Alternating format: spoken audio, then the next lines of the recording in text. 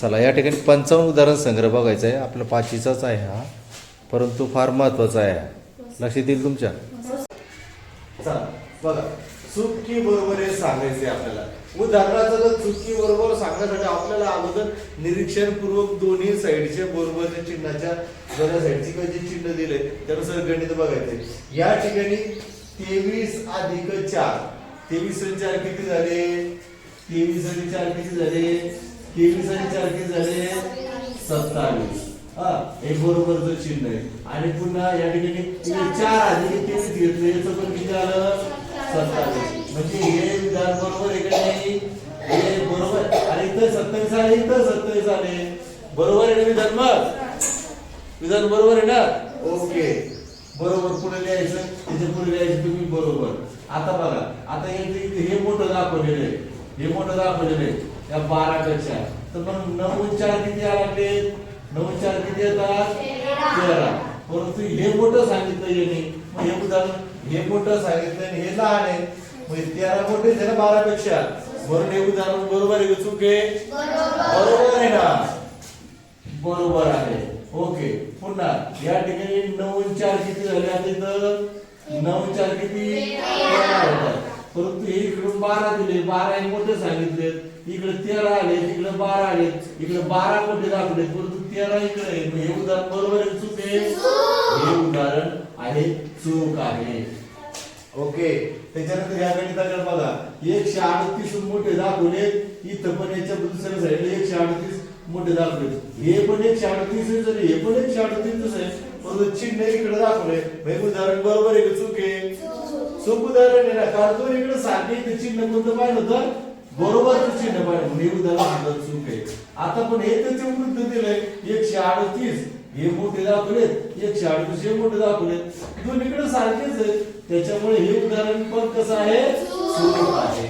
इथं आता याच्याकडे सांगा, 138 बरोबर 138 हे उदाहरण चूक आहे? बरोबर आहे?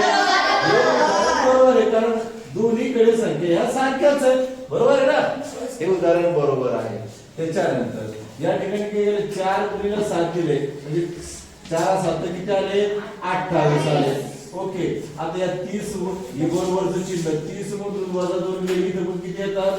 28 येतात. म्हणजे हे उदाहरण बरोबर आहे की नाही? बरोबर आहे, कारण इकडे 28 आले, इकडे पण 28 आले. ओके. त्याच्यानंतर आता या ठिकाणी इथं बघा, या 25 म्हणजे 25 भागीला 5, या 25 ला जर 5 ने भागलं तर 5 5 25, म्हणजे जर 5 उत्तर येते, परंतु इकडचे 5 मोठे दाखवले, इकडचे 5 मोठे दाखवले, मग उदाहरण चूक आहे? बरोबर आहे? चूक आहे ना, कारण दोन्हीकडे 5 5 येते, त्याचं उत्तर आहे, म्हणून हे उदाहरण सुद्धा चूक आहे. आता इकडे बघा, इथे काय दिलं? 5 गुणिले 8, म्हणजे 5 8 इथे किती यायला लागले? 40. किती यायला लागले? 40. त्यानंतर इथं 5 8 40. हे उदाहरण बरोबर आहे का नाही? 8 45 हे उदाहरण बरोबर आहे. आता खालचं उदाहरण बघा, काय दिलंय? 10 अधिक 0 बरोबर 0. हे उदाहरण बरोबर आहे का चूक आहे? चूक आहे. चूक आहे, कारण कोणत्याही संख्येत 0 मिळवला तर येणारं उत्तर तीच संख्या येते. या 16 मध्ये अधिक 0 जर केलं, अधिक 0 केलं 6 6 एकाशी तीच संख्या येते, म्हणजे इथं जो उत्तर 16 राहील, इथं जो उत्तर 0 राहील, म्हणजे विधान बरोबर नाही. म्हणून हे उदाहरण सुद्धा कसं आहे? चूक आहे.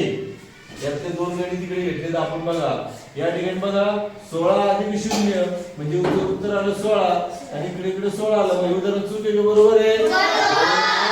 बरोबर उदाहरण आहे. आता इथं गणित बघा, 9 4 किती येतात? 13. आणि इथं आले 12, म्हणजे उदाहरण बरोबर आहे का चूक आहे? ओके.